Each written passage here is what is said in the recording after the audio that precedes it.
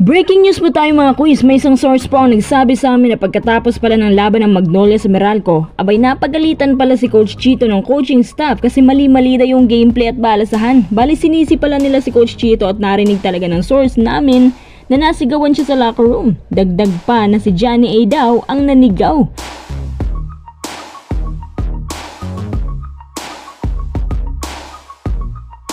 Terra Firma, nagyayabang na raw ngayon dahil sa kanilang record na nagawa na first time na nangyayari sa kanilang franchise.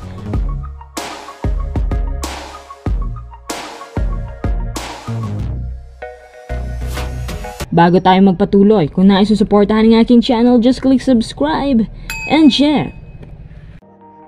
Hindi ka panipaniwala yung score ng Magnolia, 51 points lamang ang kabuuan. Samantalang yung 51 points na yan, halos second half lang yan sa SMB. Kaya hindi na ako nagtataka na magkakaroon talaga ng malaking issue pagkatapos ng game na to.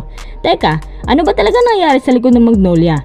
Sa totoo lang, ang pinakaugat nito ay hindi si Coach Chito, kundi yung poor shooting nila. Kung titingnan mo scoreboard yung puntos, sa anggalang 8 points, tapos ito lang atang pinakamalaki. Poli 6 points lang, tapos the rest 2 points, 3 points. At maraming players ang walang ambag sa game na yun. Idagdag mo pa itong maling balasahan. At alam nyo ba na pagkatapos ng game na to bilang resulta, ayon sa aking source, nagalit daw si Johnny A kay Coach Chito kasi paulit-ulit na yung sinasalpak. Kahit off night nila, pinipilit niyang ibigay sa kanila. Ang gusto sanang mangyari ni Johnny A na pagbigyan niya yung mga bench players kasi kapag mahina ang first unit, baka sa second unit gumana. Tsaka masyado lang talagang maalat yung mga pinapasok ni Coach Chito. Dagdag pa ng source na to na narinig daw niya na pinagtutulungan nilang lahat si Coach Chito. Bali sinisisi pala yung kapabayaan ni Coach Chito at lack of comprehension na para bang ang Magnolia na pumalit sa dating pwesto ng Terra Firma ngayon. Ang mas malala, posible pang malaglag ang Magnolia kapag natalo pa sila ng isang beses dito dahil malaki naman ang deficit points ng Mags, kaya 70% ang chance na mag-playoffs pa rin sila.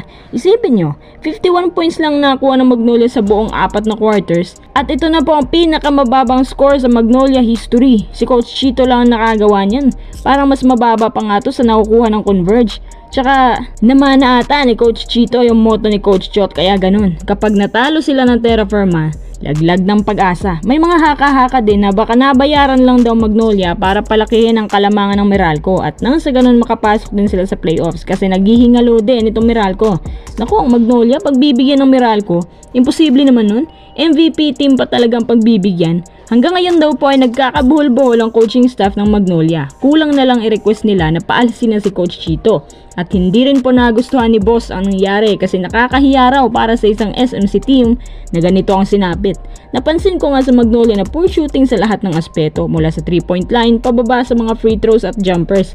Mahina din ang tuhod at siko ni Sanggalang nung game na yun.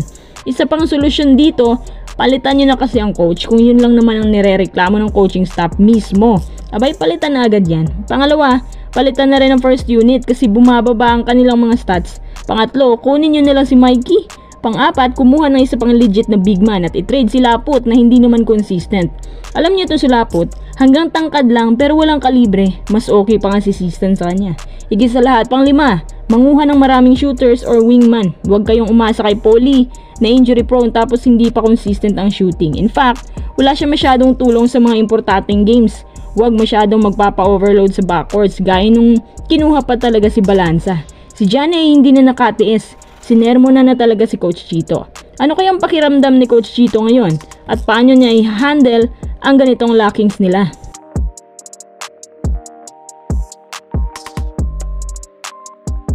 Tara, next update. Terra Firma Jeep nagagawa na ngayong magyabang dahil first time nakatungtong sa playoffs ever since pumasok ang prangkisang to sa PBA. Malakas ng loob nilang hamunin ng mga players na nakabangga nila. Or baka kasi nadala lang ng emosyon kasi ngayong pakiramdam nila na ang galing na nila at high hopes sa playoffs. Tapos remember, limitado lang din yung players nila. Kudos kay Coach Cardel na muntik na mapalitan noon. Mabuti na lang at gumaganda ng performances nila.